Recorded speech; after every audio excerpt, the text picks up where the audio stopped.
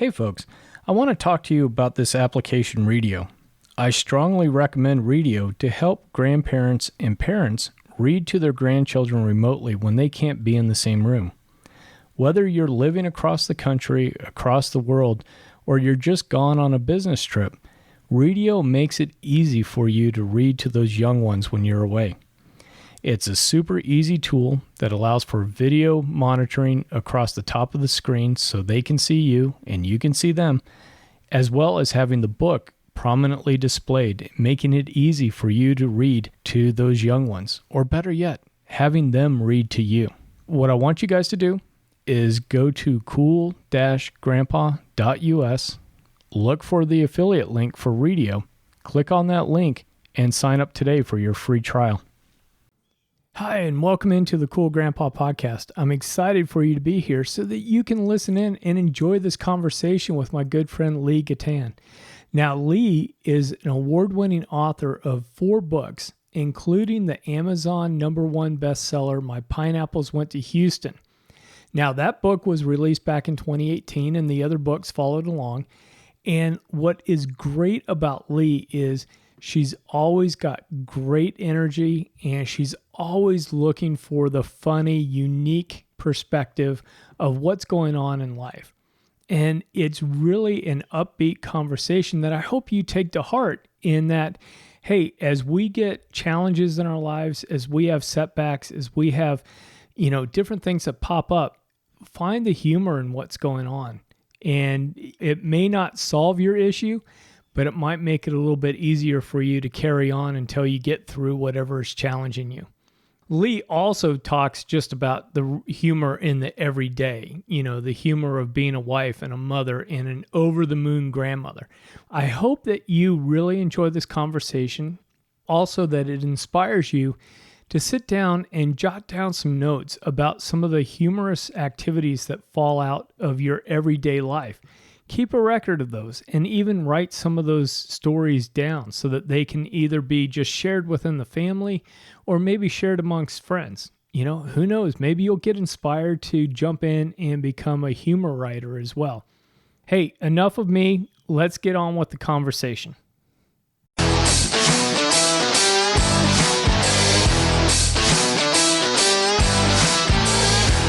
Hello, and welcome to the Cool Grandpa Podcast. This is your host, Greg Payne, coming at you from Studio 12. This podcast is about being the best possible grandpa you can be, focusing on what it is to be a grandpa and how we can all share that experience together for our grandchildren.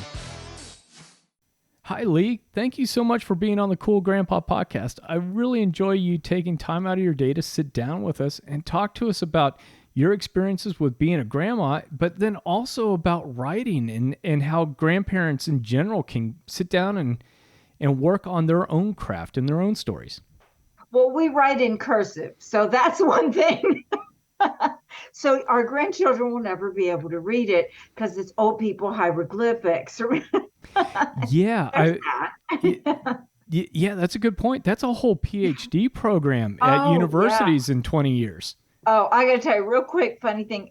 Years ago, I was teaching middle school, and they don't teach cursive in elementary school so much anymore. Maybe trying to make a comeback now, and it is an interesting thing as far as fine motor skill and brain development. But anyway, so I was teaching English as a second language, these kids, and I speak a couple of different languages, but the bell rang and they start to leave, and, very teacherly, I said, no, wait, the bell doesn't dismiss you, I do that, and I said, no, wait, just 1 second, you guys, please write this down.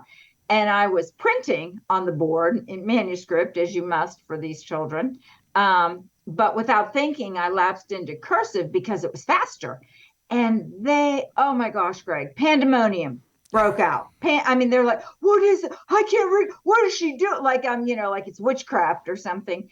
And one of the little geniuses said, oh, I know what that is, you guys. That's cursive. And another kid said, who had heard me speak other languages, said, holy cow, Miss Gaitan, do you speak cursive too? And I thought to myself, yeah, I speak cursive, but only under my breath after you leave my classroom. Right. So yeah, we old people, we will be writing in cursive. But I'm so happy to be here. If you want me to talk about my grandchildren, so we have like, is this like a 6 hour time slot that we have? Well, I'm sorry. yeah, no, it'll be a whole like Ken Burns length conversation. Exactly. 7 days, 3 or 4 hours. Yeah. Yeah, exactly. That's what I'm looking for. I could fill it. I probably could fill it.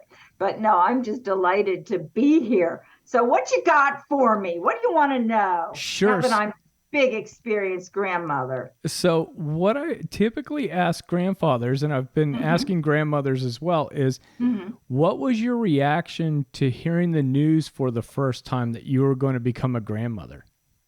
Thank God she's married. No, no, no. No, no, no, no. Oh my goodness. I was over the moon for a couple of reasons.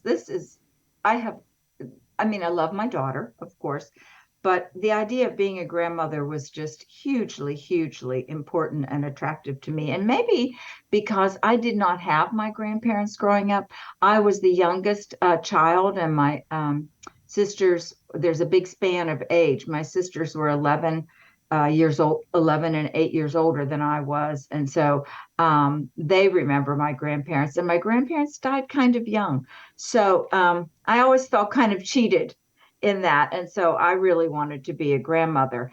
And the other thing was my daughter, well, a couple of things. My daughter kept telling me for years, Mom, I might not have any kids. I know you want to be a grandmother, but I might not have any kids. And I only have one, a natural born daughter. I have two stepsons.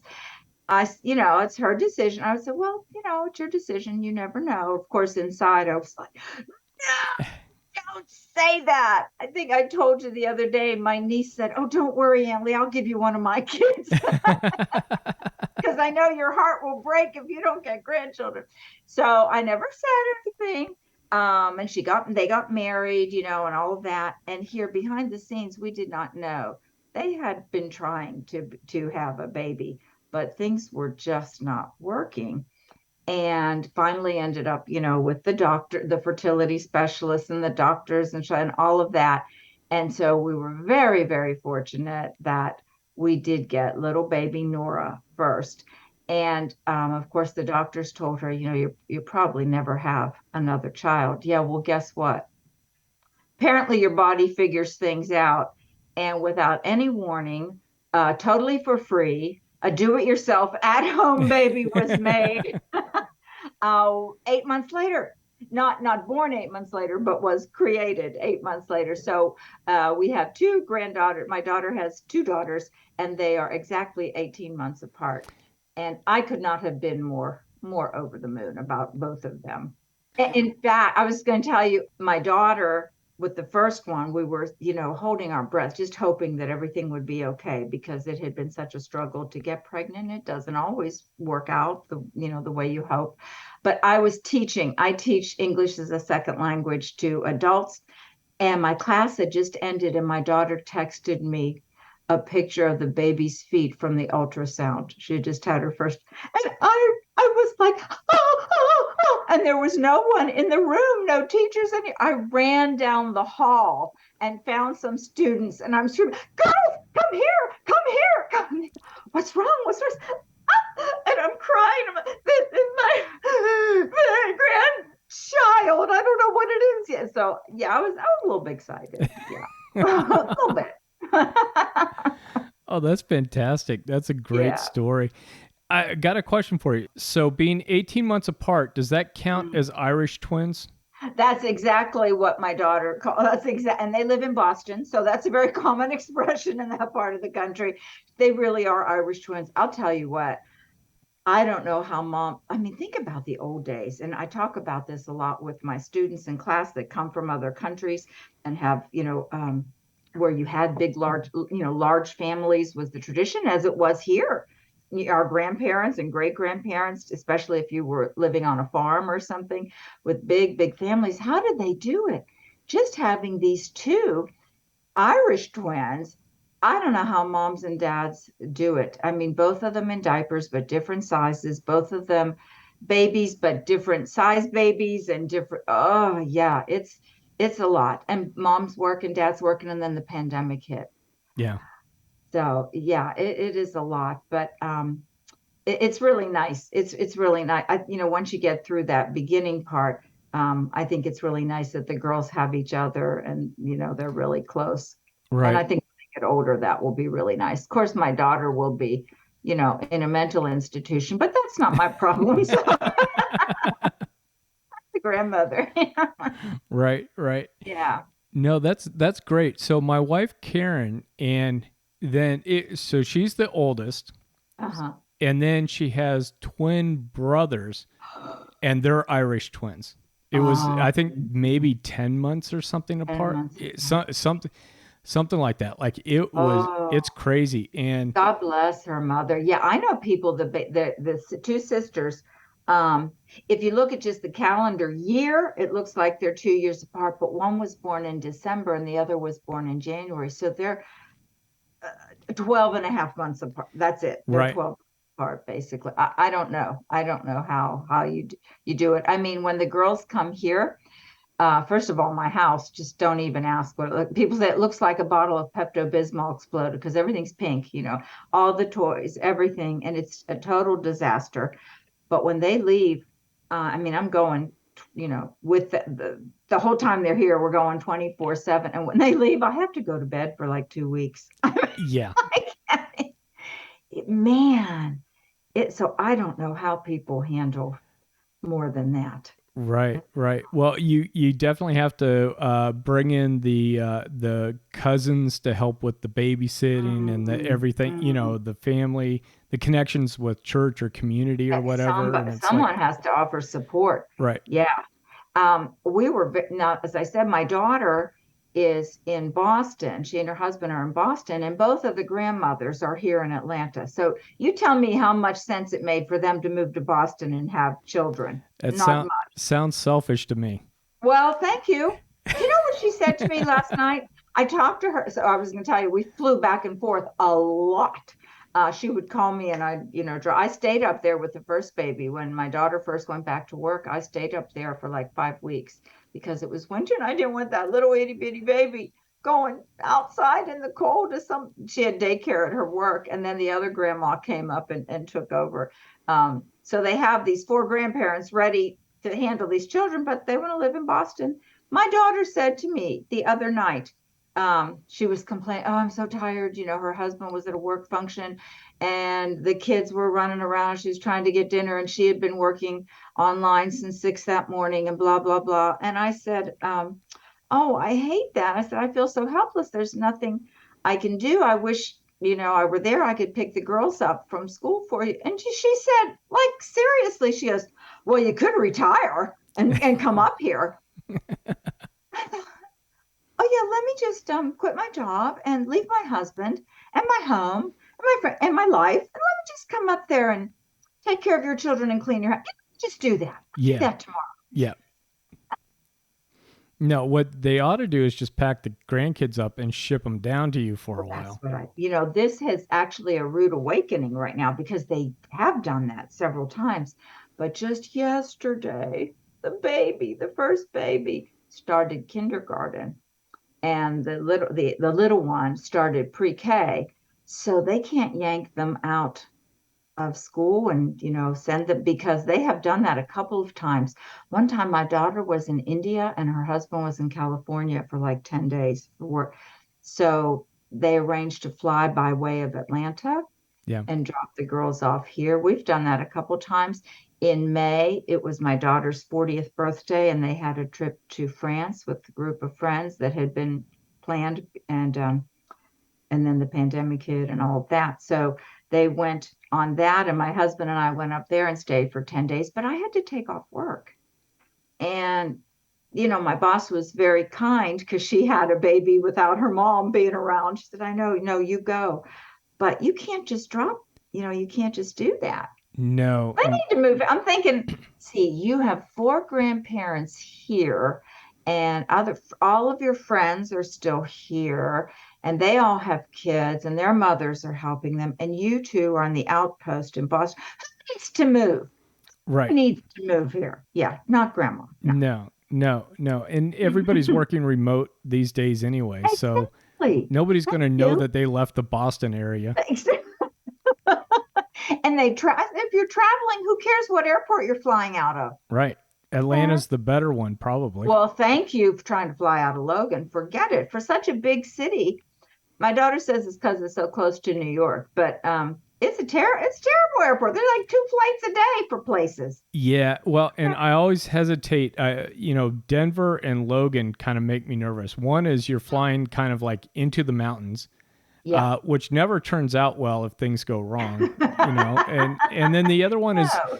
is Logan. Like I've been on the East Coast enough to know hey, guess what? A plane slid off the runway and entered the harbor. I mean, you are on the ocean until like 2 seconds before your wheels touch down. Yeah, Yeah. yeah. Yeah. So So anyway, those so give me that's where we are with that. cool.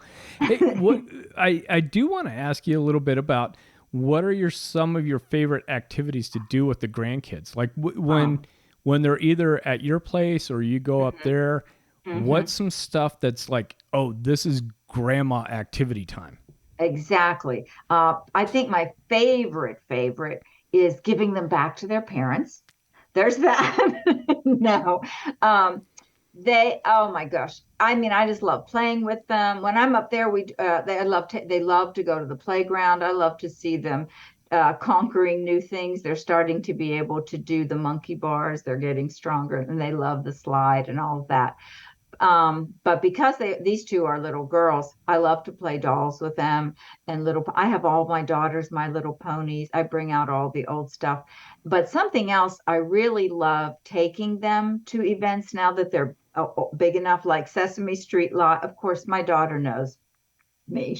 Mom, you're doing this for you, and you know it because I still love all this. I'm like, yeah, but the girls liked it. We went to Cinderella, they loved Sesame Street Live. When were they here? Where did we go to? Oh, I know, the puppet show. When they were here in Atlanta last month, we went to the Puppetry Arts Center. They were doing the Pirate Mermaid, and so ever since I've been a kid, I love puppets and puppet shows. So I went. Actually, I saw that show twice, Greg. Once with my grandson, and 2 weeks later with my granddaughters because they happened to come at different times. And people, oh no, you don't have to go again. You said, no, it's okay. It's fine, not a problem. So I really love doing stuff like that. And the other grandma, my co-grandma, uh, so we're very lucky too in that my son-in-law's parents are wonderful grandparents too, and wonderful people. When I'll say we're going to go do this, and she says, go make memories. And that's absolutely the truth. Go make memories. Or I'll tell you another thing is decorating cookies. We do that a lot too. It's a disaster and it's a mess, but they really, really like that. So That's that's a fun one. that's awesome. And I can tell you too from the interviews that I've done is doing those things like the making the cookies or doing some of the craft stuff, things like that, even though, now it's all messy and it's crazy and it's like, oh my gosh, I hope they did put in 2 eggs versus, no eggs or, Exactly. but that's the stuff that then gets them when they start to get older into elementary school and middle school that it's like, oh, now we're helping to, I don't know, make some Do what bread, it, do some right, French toast in the exactly. morning or do, Exactly. and it's the time doing those activities that you can really share about your childhood and you Yeah. growing up and the family connection piece. Oh, that is so true. Things that you did with your mom, or if you had grandparents or whatever, and did with your children, and carrying that through. And now they're small, but they're 4 and 5. But as you said, like middle school and a little older, I think that is also going to be a really good time for conversation, Mm-hmm. and especially when they're in that sort of awkward middle schooly teenage year and they don't like to sit and look at you and talk. But if you have them engaged in doing some activity, the converse kind of like when you're in the car driving, Right. that's when a lot of the conversations happen, more so than when if you say sit down and talk to me. Yeah. So I think that if you start that now, it becomes sort of a very natural thing for them to grow into, and that rhythm starts to develop. So I agree. I think those are really important kinds of things. And I love the idea when we're kind of aware of these things that we've got this to look forward to. That it's like, oh, yeah. can't they hurry up and get to 10 years old? Or I mean, I we don't want know. them to hurry up and get to No, and 10. then But it's right. It's push and pull. Like you want them to be old enough to do this, and then when they get older, you're like, oh, I want you to be little. Here's a little bit of wisdom that the 4-year-old dropped on me. She said to me, Nona, they call me Nona. She said, Nona, how can I get to be 4.5? I said, well, you kind of just have to wait. It just happens. She said, because Nora, that's her sister, Nora was 5, and now she's 5.5. And I'm 4. I want to be 4.5. And I said, well, you will be 4.5, but I don't want you to go to 4.5 too fast, because I want you to stay my little teeny tiny Tessie, because her name is Tess, forever and ever. And she looks at me and she says, Nona, life doesn't work like that. that's funny. Yeah, It doesn't work like that for you, but for her, she wants life to hurry up and get her those 6 extra exactly. months. And I want to just tell them, you're going to be so sorry that this went fast. You're Right. going to be really sorry when it goes so fast, so fast. Yeah. Yeah. But they're so funny, their insights and observations about things sometimes are really kind of stunning in their wisdom, or just really, really funny too. The things that because with their perspective and their mindset of only 4 or 5 years of experience in this world, the way they see things, or the way they will phrase things is really, is really sweet. Yeah. Oh, yeah. Now, I do want to pivot a little bit Mm-hmm. and ask you about when you first started writing. And because you are an award-winning author and several books. Is it Mm-hmm. many books or several books? Well, more What than would be one. more than right? It's Four, I think. Four, yeah. 4. Yeah. And mainly humor, Mm-hmm. or using humor. Some are just straight humor, fun, and using humor to as a real tool for building resilience, for bouncing back after after a setback, after a bad bounce, after a hard time. And boy, we all are going to face that. Maybe something grand, it may be something mundane, but we all have those experiences in life. And I have found that humor doesn't really maybe doesn't solve the problem, but it helps you get through it, and it helps you reframe things so that you don't fall apart in those times. And my grandchildren, wow, they've given me fantastic fodder for writing. I've had some really good stories about things that they have done and said. So that's been sort of a whole new avenue. But I started writing really young, but I think that started writing because I was such a big reader as a kid. And before you can read, you have to, I mean, before you can write, you need to read. And it's like, now I teach English as a second language, and all students that want to learn a new language say, I want to speak, I want to speak. Yeah, but before you can speak, you need to listen. And before you can write, you need to read. And if you are a good reader and read a variety of things, you sort of absorb um, the structure and format about what makes good writing. So I started really, I mean, I was like in, I don't know, third grade, and I wrote a newspaper for my family. And I wrote articles about I mean, like I complained about Right, everything. right.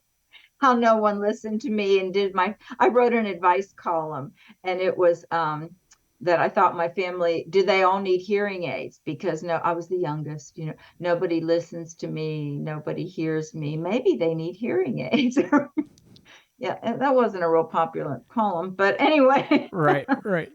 So I started young. And then as a career, I was the public relations writer for a long time, and news writing too, in television and radio and PR for a long time. And then I finally had the opportunity to start writing for myself. And I had my first book published back in that other century, the one that I really liked, like 1998 or something. So that just kind of evolved from there. Okay. So was there any when I guess when you were going through school and you were doing Mhm. more writing and even going into the the public sphere. Was Mhm. there like a particular style? Were you wanting to write the novels and subject? Right. I have a very narrow range of skills. Okay. I would love, I write, now of course, news stories, I wrote, but even with that, I'm not a fabulous news writer. I'm a very good features writer. I like featurey kinds of things, telling stories about people. I was not, I mean, I did news writing for back in the old days remember when 24-hour news first came out. So I had to write for a newscast every 20 minutes, update stories and write news stories. So I could do that, but I'm not great at that. I could never be a newspaper reporter. I'm just not, I'm slow.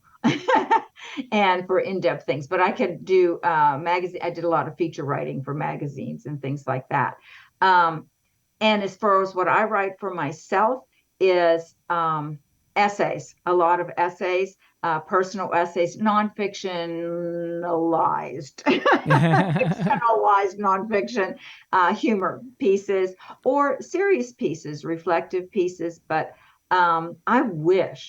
I really wish I had the ability to write um, a novel or even a novella or, to sustain that. My real strong skills are dialogue and character.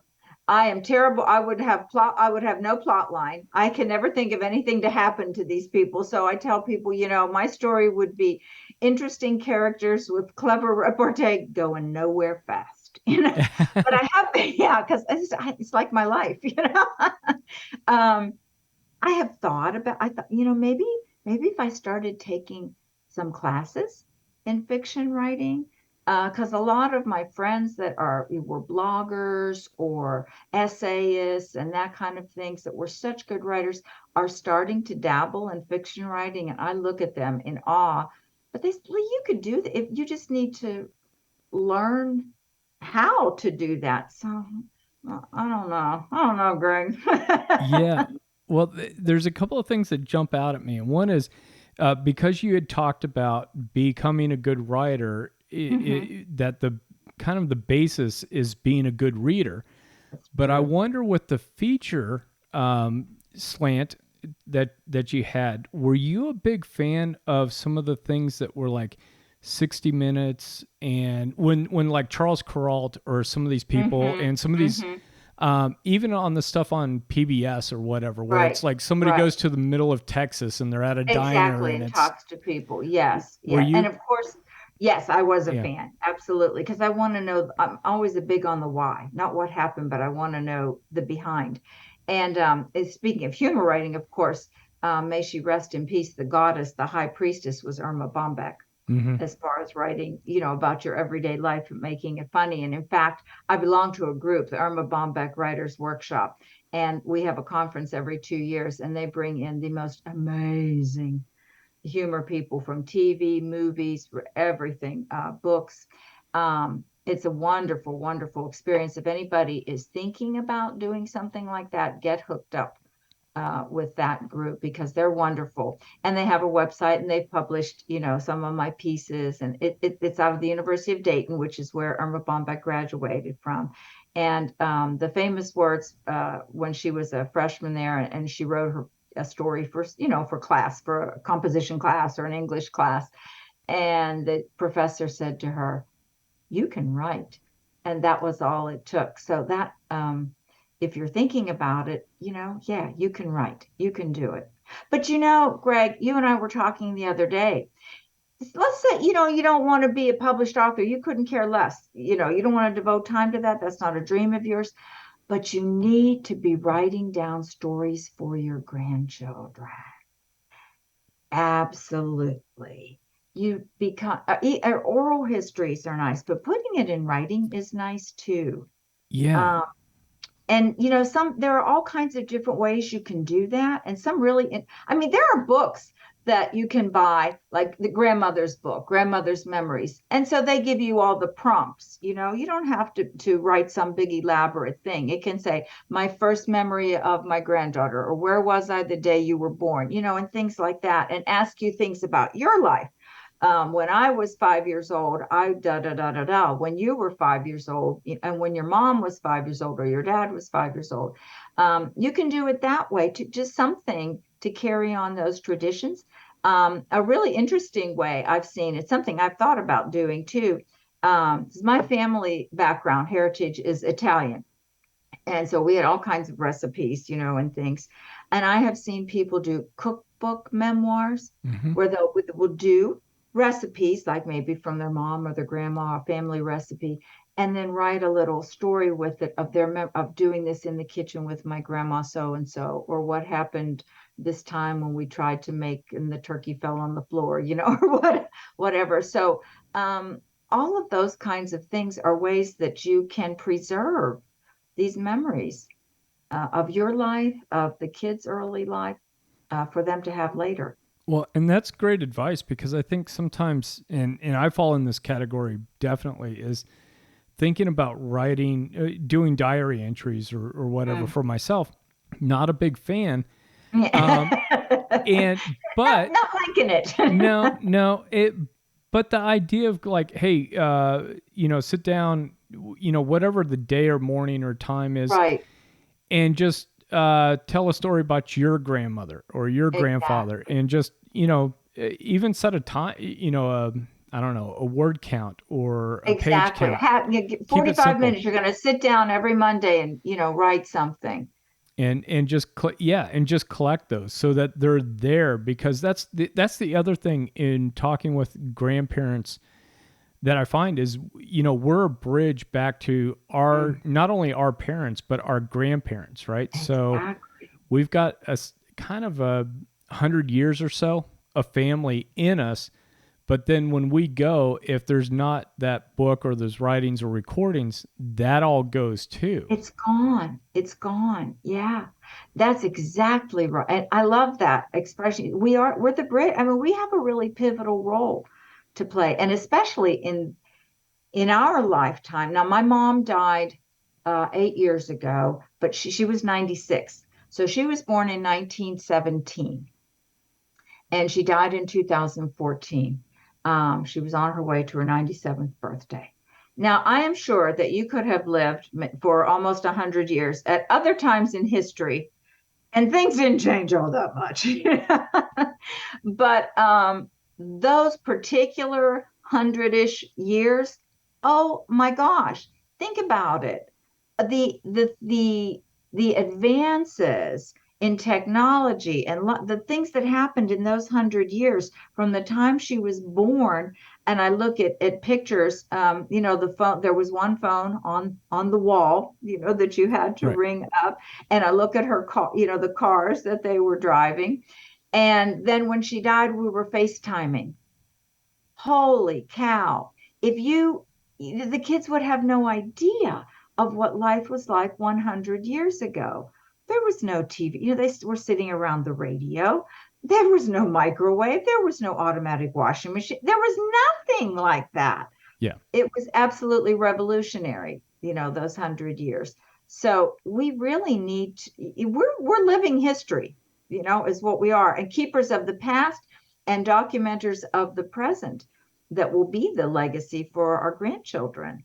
So you need to get those pens and papers or keyboards out, people. It doesn't have to be in cursive. No. You can tap it out. Yeah, absolutely. Well, and to your point with all the technology, I mean, you can sit down and just do video things of yourself Absolutely. talking, or, I mean, there's so many different, So many whatever different works ways. for you, you've got an Exactly. option for it. You just need to have a record of that. If you don't feel like sitting down and fretting over words and does this sound right and I don't have time, open up your iPhone and just make short little videos of what's going on or what you're thinking about or telling a story from your childhood. I mean, what a wonderful, wonderful record for the kid, for everyone to have later, Yeah. later on down the road. Yeah. Yeah. Well, and that's the other thing too, as you brought up, is for the later down the road, because I can remember being a teenager. If somebody said, "Oh, here's a couple of books or booklets or whatever binders," like, there's no way I want to read that stuff. Why do you have no interest in that? Right. but then as you get older, it's like, oh yeah, I want to revisit that. I want to, check. Exactly. I've heard some stories about this. Oh, that's exactly true. Nobody can tell you anything. But as we get closer to that age, and what really flips me out is when I am what age I am now, and I will tell you, in August, so like just about a week ago, I had my Medicare birthday. Oh, Yeah, not happy, but well, at least I'm still here. But I had to call a new doctor, and they said, "You have insurance?" I said, "Yeah, I have insurance." And what insurance do you have? I couldn't bring myself to say it. I yeah. was like, Medicare. I said, "What is it? Medicare?" Oh, Medicare. Yes. Do you have to say it so loudly? Right. Okay. Right. And honestly, I got there and like, now, do you need transportation? Like, no, I drove myself here in my vehicle Uh-huh. from my job. Yeah, because that has changed in recent years. But yeah, as you are now in this age, and I think back to when my mother was this age, and it is hard for me to believe that in her mind, she thought she was as young as I still think I am now. But of course, when I was the child and she was this age, I thought my mother was, older. Right. But I'm like, did my mom have these thoughts that I still think I'm in high school? Of course she did. And we think 1995 was yesterday and 1975 was the day before yesterday. I think, but did my mom really think that like 1940 was yesterday? Yeah, she Yeah. probably did, but I couldn't appreciate that back then. So we need to be the bridge, like you said. That is a really good way to think of it. Yeah. Yeah, for sure.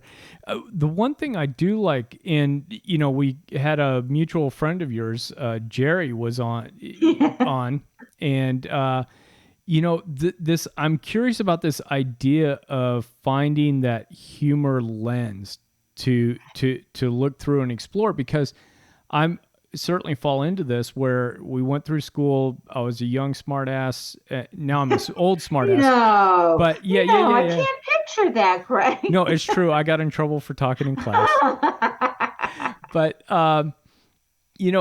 as we get older and we're in our careers and everything else, if that humor side, that playfulness, I think Mhm. tends to get squashed down a little bit. Yeah, yeah. And I like talking with like you and Jerry about like, okay, what can grandparents do to kind of bring that back, and how do we look for, that, even if it's a bad situation like you had talked Mhm. about, how do we, with a little bit of distance, go, okay, this was actually a huge comedy of errors that Exactly. just kind of really blew up, and it was a tragedy and everything at the time. But oh my gosh, let's break it down and see where everything is at. Exactly. And I think one of the advantages of being the grandparent and not the parent is you do have a little bit of built-in distance because you're not responsible for the total care and feeding, of these children. And it's almost like you rediscover your childlikeness through them. You are reimagining. When you are the parent, you have so many other things going on. You have to think about, okay, I got to get diapers. Okay, I got to get dinner ready. Okay, I'm working tomorrow. Okay, I have to travel. Okay, I need to get the kids registered for school. Oh my gosh, they don't have clean clothes. And I think it's a shame that you have all those responsibilities because you miss a lot of the playtime and you miss the things that as grandparents are funny. If you're the parent who's absolutely stressed to the brink, I will give you an example. I howled about this, but of course to my daughter it was not funny.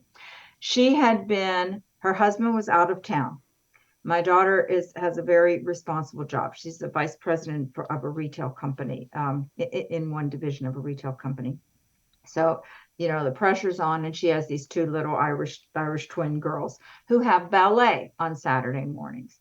So she got them dressed and put on leotards and there's, I don't want to eat. I not, all of that. She finally gets them dressed and she's, okay, girls, go downstairs because they're going out the basement door through the garage. Go downstairs and get your shoes and coats on. Okay. And my daughter's getting her coffee and her purse and her keys, and she goes downstairs and they're running late and she's ready to lose her mind. and the oldest one is standing there ready, but the little one isn't there. And my daughter said, where's Tess? Tess was in the closet, and my daughter opened up the closet, and she had taken off all of her clothing, and she was sitting there in her underwear, and the leotards and the tights are in a big ball on the floor. And my daughter almost lost her mind. And Tessie Slash said, I taked off my clothes. Right. You did. Well, I mean, I'm cracking up, but I don't have to be the mom to try to get her dressed again to go. So, parents, don't beat yourself up for, as the oldest daughter said later, Mommy, did you say a bad word today? My daughter said, maybe. It's possible. But to the kids, their little habit during the ballet, the older one goes in first, and my daughter and the little one walk across the street to the bakery, and they get my daughter gets her coffee, and they get a chocolate croissant for the kids, and they can share it. But as the girls call them, sarons, chocolate sarons. Okay. So they get over to the oldest one goes into the ballet lesson, and the little one says to her mom, Mom, why aren't we going to get the sarons? And my daughter said, really? You think you deserve a sarant after what you did? You didn't do anything that mommy told you to do, and blah, blah, blah. Do you really think you deserve a sarant today? And my granddaughter says, well, yeah. So as the grandparent, I'm dying. I'm cracking up. So as grandparents, I think we have more room and more space to see the humor and the funny side of these things that they do, because we don't have to have the pressure on us. And so I think that kind of opens us up a little bit to be more playful, to see the funny side of things, because we do have that built-in distance. I think I just have a natural bent towards seeing things, in the funny way, but some people don't. But I think that this helps you. I think that brings that back for you. And even if you're not howling and say, oh, that's hilarious, you are lighter, you're freer, and you can be more playful with the kids. If it's running with them, if it's throwing a ball with them, if it's, helping them on at the playground, because we naturally have to make our emotions and our reactions exaggerated. We all do that now. We think, wow, that was so good. Am I big? Oh, you're so big. And, doing that in an unnatural way, you're doing it for effect. Little by little, you really do start to feel that joy again. So I think, it's that the grandchildren are a wonderful tool for bringing sort of a rebirth of your joyfulness and your playfulness as a child, even if that's not kind of your daily MO. Yeah. They really help bring that out. No, and that's great advice. Especially, I like the part too when you're talking about how we tend to be over the top with the emotions and all of that, because I think that's a great exercise. And I almost think my mind was going to stage acting versus like movie or TV acting, right? Because stage acting, your gestures have to be big. Big. Everything Yes. has to be big. You have to be Exactly. doing that. And it's great practice, I think, for grandpas and grandmas, that when we do have, I don't know, senior important roles at work and everything else, to be able to step into that and have that exercise. And it is an exercise. It's a mental and spiritual kind of an exercise to do that. Practice that you have. Yeah. Oh, that's a really good point. Yeah. Yes, I agree. Greg. Good point. Well, I'm glad I had you on here. So, but yeah, so the other thing too that I wanted to ask you about is, and we've kind of talked about this, but what is some of the effect on you when you've had time with the grandchildren? Whether and it's all granddaughters with one grandson. Yeah, I have. We are so lucky. This is a second marriage for me and my husband. We've been married for 16 years. So my husband had two adult sons, and I had one daughter. And so my daughter has two little girls, and the boys, the oldest has a 12-year-old girl, Gabby, and the other one has a 4-year-old, almost going to be 5 soon, little boy. And so the little boy has been really fun. The good thing is, considering that we're blended, we are just not just blended, we're like put in the food processor. These kids are cousins, in their mind. And I don't feel any closer to the blood ones than I do the ones by heart. I mean, they're all my kids and all my grandkids. But I grew up, I was telling you earlier, I had two sisters. My sister has two daughters. Those daughters have two other daughters, and another one has one daughter, and she does have one little boy. And I had a daughter. So I had been swimming in a sea of estrogen my whole life. So playing dress up and teacups and tea party and all that, no problem for me, came naturally. Then we get this little boy. The only bad thing is everybody lives on different continents right now because of work contracts and things like that.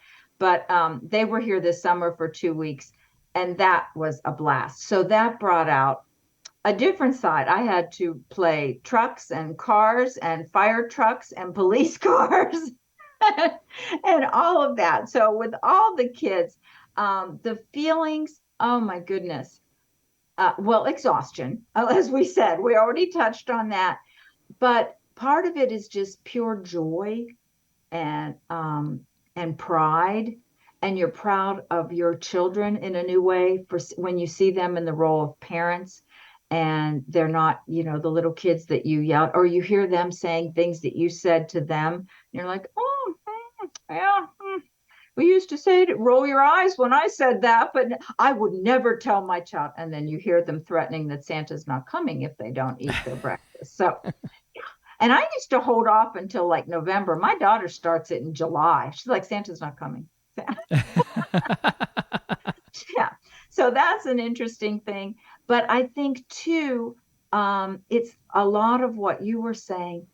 The serious side of it is you realize the important role that you can play in their future, in the memories that they have, and instilling passing on lessons, passing on history, passing on family experiences. And you realize that what you're doing with these little ones is really important. And you have more freedom to do things that you didn't have with your kids because, as we just said, you weren't preoccupied with a million other, things. But there's just nothing.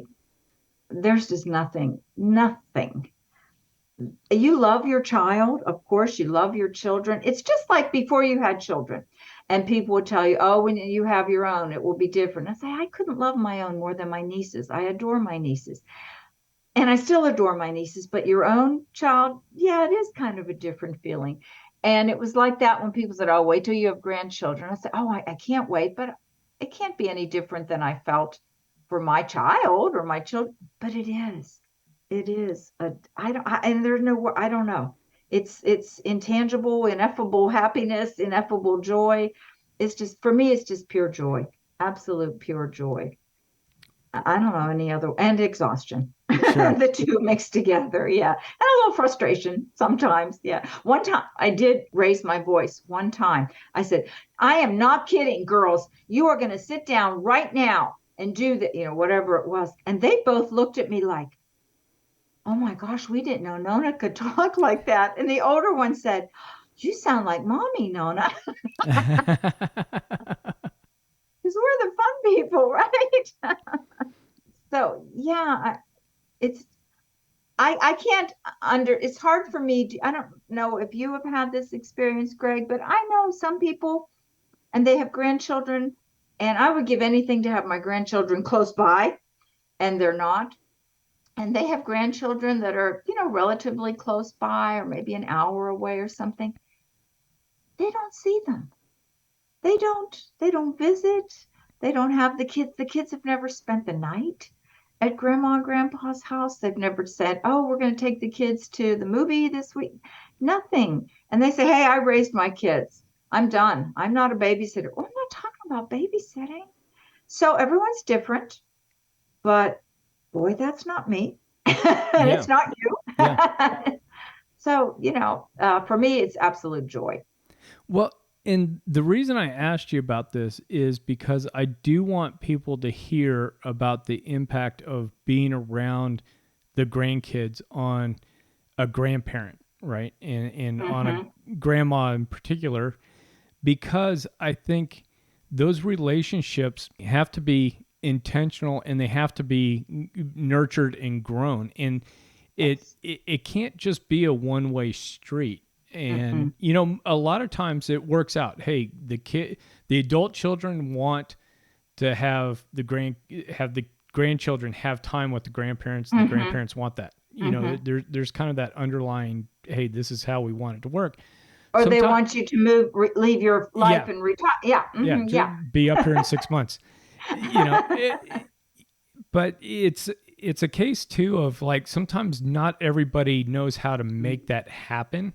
Mm-hmm. And sometimes, I want the adult children that are listening to this to Mm-hmm. understand that these interactions not only just mean a lot to us from just that pure emotional standpoint, but from, cognitively, physically, all these other things, because we know as we get older, and we were talking about my bad back and everything else, Mm-hmm. that, hey, if we don't have that motivation to go chase grandkids around the park, Mm-hmm. or we don't have the motivation to stay in shape so we can go, warm up a pitcher at a Walk little with league them. game, Right. or, these things, the older generation kind of withers a little bit faster. Oh, that is so true. Absolutely. I mean, they really do keep you young. Okay, maybe you can't do everything you did as a parent, but even just you said the cognitive skills, just learn and talking with them and read. Oh, how could I have left this out? Big reader that I am. Reading to them. Reading to them keeps you active. And then, of course, is very important for the children going both ways. And the saddest thing, and you do have to make it work. I've never had any problem with any of our children ever interfere, like not wanting to keep the kids from us or not wanting us to be alone with the kid. They're like, here, please take them. Could they come and stay for 2 weeks? They do that. But there are situations, where the adult, maybe there's a rift between the adult parent and the grandparent, and so that makes it difficult. But if you are in that situation and you're the adult child, please know that you don't have to heal everything with the grandparent. But if you are keeping the grandchild and the grandparent apart, you're really doing a disservice to your child. Extended family is so important for children, and it's harder to have nowadays because we're all so mobile. I mean, I grew up in a small town, and every birthday and I mean, sometimes it's like too much family, but every aunt, cousin, uncle, everybody was there. But you had other people to go to, especially maybe you're having a hard time talking to your mom or your dad, those teenage kind of years. I would go to an aunt or to my cousin because I didn't have a grandma. But a lot of grandchildren go to their grandmother, go to their grandfather, and can talk to them more easily than they can their parents because the grandparents don't have as much skin in the game, and aren't as judgmental. So those relationships are so important, and it keeps us, the older people, in touch with what's going on. And like you said, boy, loneliness is, I think, the biggest killer. Forget heart disease, forget cancer. Loneliness is right up there. And if you're an older person and you're estranged from your children and not having a relationship with the grandchildren, I think that's really a risk factor for early decline. Yeah, uh, you're right. It goes absolutely goes both ways. I mean, I would have no idea who Bluey was and Mira the detective, you know. But now, I mean, I left off. I was my daughter, was even pre-Barney. So, but now, baby, Bluey is fantastic. Do you watch Bluey with your grandson? Oh my gosh, Bluey is I don't fabulous. think I know Bluey. That's Bluey's from Australia. okay. They're blue dogs, and they are hilarious. And adults, there's a lot of humor that the adults will get that the kids don't quite get. And Mira the Detective, the Royal Detective, I can sing that song over and over again for you if you want. But yeah, so important, so important. Yep. Well, Lee, I've got to ask you, what's next? What's going on? What book are you working on? What projects do you have? Well, do you have another question, Greg? Can we? I'm not sure what's for dinner. Yes, I have been thinking about this. I have my writing partner, Dave Jaffe, and he is a grandpa. And someday you've got to have him on with you. He's wonderful. And Dave couldn't be here today. He's got a lot of things happening right now. Hip replacement for his wife, so that they can keep up with their grandchildren, because she is a fabulous, active grandma. And that's why she wore her hip out.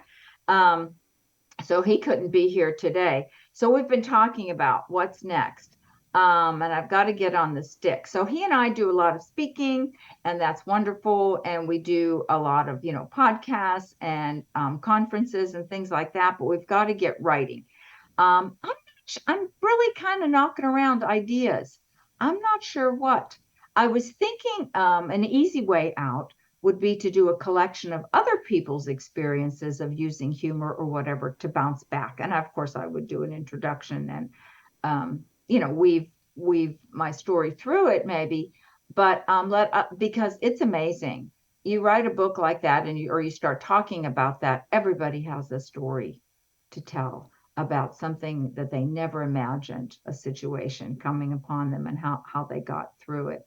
So not just because I would be lazy, but because I would like to give voice to other people's stories that maybe don't have the platform. It's so encouraging.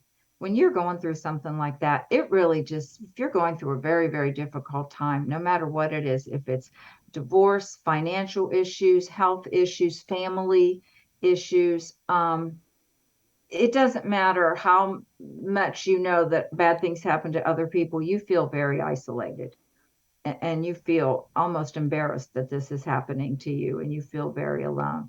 So stories of inspiration can be really helpful for people to read during a time like that. Oh, sure. And Yeah. if you're collecting from other people, it's like you said, it's people that have maybe a great story, but they're not a columnist. They're not somebody Mm-hmm. that's Mm-hmm. printing. So it's a great way to gather those things up and then share them with the world. Yeah, exactly. And you never know, how your story may speak to someone.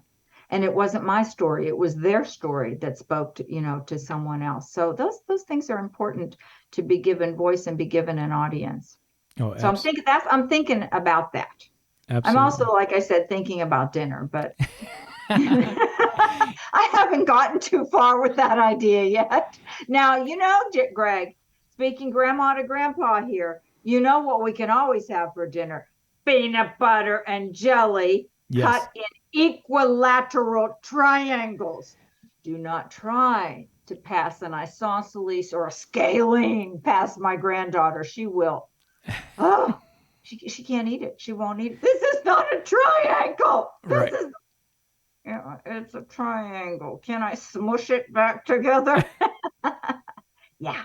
No, they have their rule. The things I've learned from my grandchildren: corn off the cob, just freshly cut from the cob, not the same thing as corn on the cob. Can't eat it.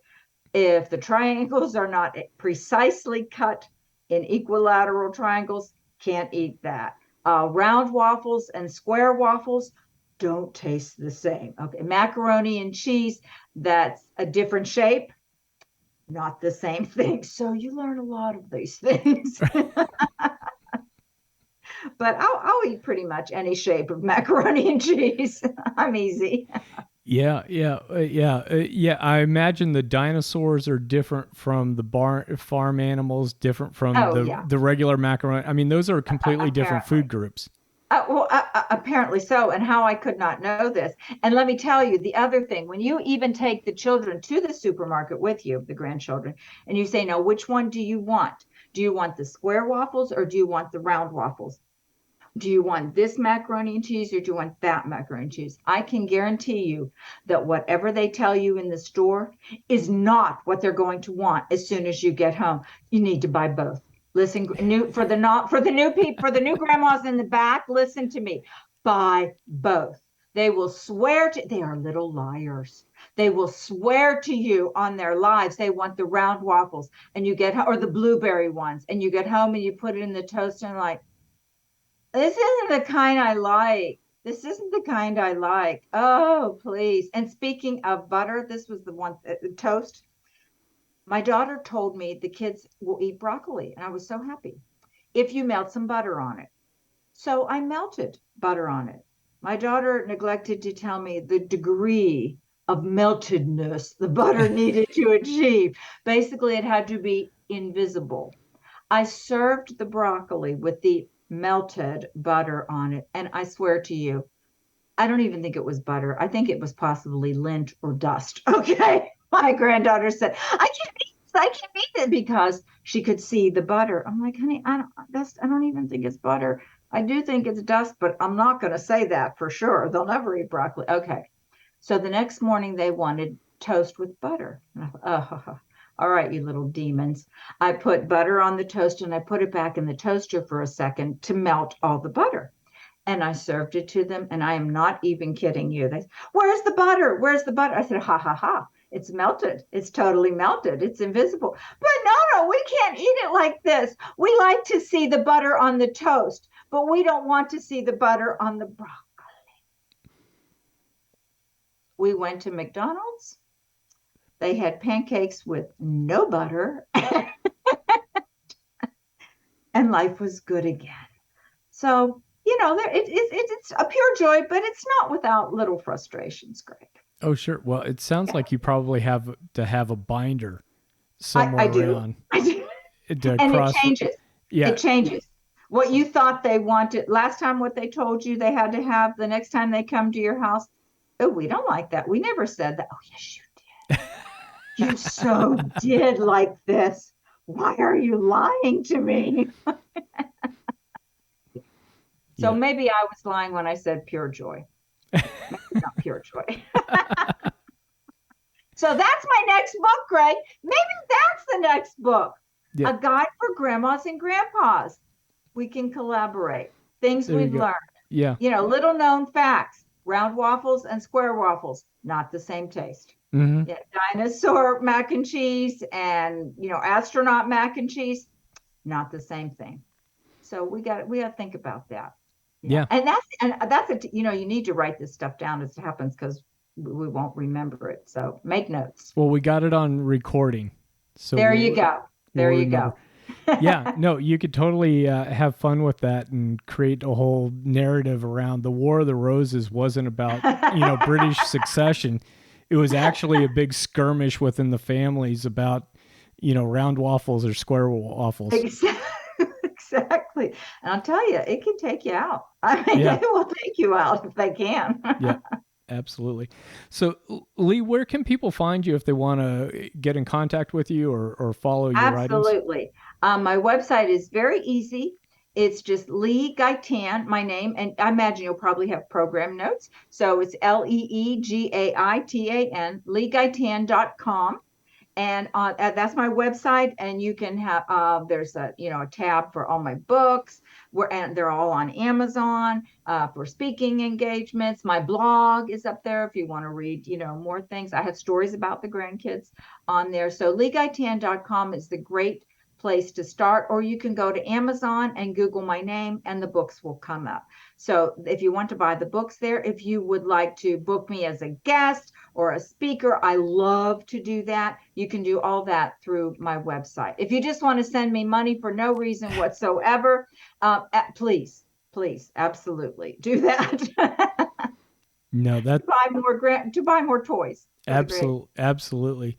Well, Lee, thank you so much for being on the Cool Grandpa podcast. I've enjoyed this conversation. It's been really enlightening. I look forward to staying connected with you and seeing all the great stuff to come. Oh, thank you so much, Greg. This was a blast. I don't know if I was enlightening, but I hope we provided some comic relief for people and gave them a laugh or two, because right now laughs are hard to come by in the time we're living in. So thank you so much. What a pleasure. This was a blast. What a fun conversation. Lee is absolutely a blast to talk to. Every time I'm communicating with her, I'm always in a better mood. And that is a rare gift amongst friends. What I want you to do is be sure to check out the show notes, because I've got a link there to Lee's website. On Lee's website, on her About page, is how you can connect with her on email, Facebook, Twitter, and Pinterest. And then be sure to check out her books. And obviously, if she would be a great fit to come speak at your organization, reach out to her. She enjoys going out and speaking to people. The other thing, too, is I've got a link back to Jerry Zezma's discussion that we had. So there's a link there because both of us are connected and friends with Jerry. So you can check out that conversation if you happen to miss it. And then I've also got a link to learn more about Irma Bombeck. So you can click there on that link, and that takes you to the Wikipedia page, and it'll tell you all about Irma. Please, please, please remember to like, share, and subscribe to this podcast if you've enjoyed this as much as we've enjoyed having the conversation. That's the best way you can help us grow this podcast, as well as get the message out there about how important grandfathers and grandparents are in the lives of grandchildren. So until next time, I want you to remember to stay cool. Thank you for listening to the Cool Grandpa Podcast. If you've enjoyed this episode, please do me a favor and share it with a friend. That's the best way you can help us to expand our community, as well as get the news out about how valuable grandpas are in the lives of those kids. If you'd like to leave me a comment or shoot me a potential topic for this podcast, please go to www.cool-grandpa.us. Look for the comments tab, fill it out, hit submit. It's as easy as that. Until next time, remember to stay cool.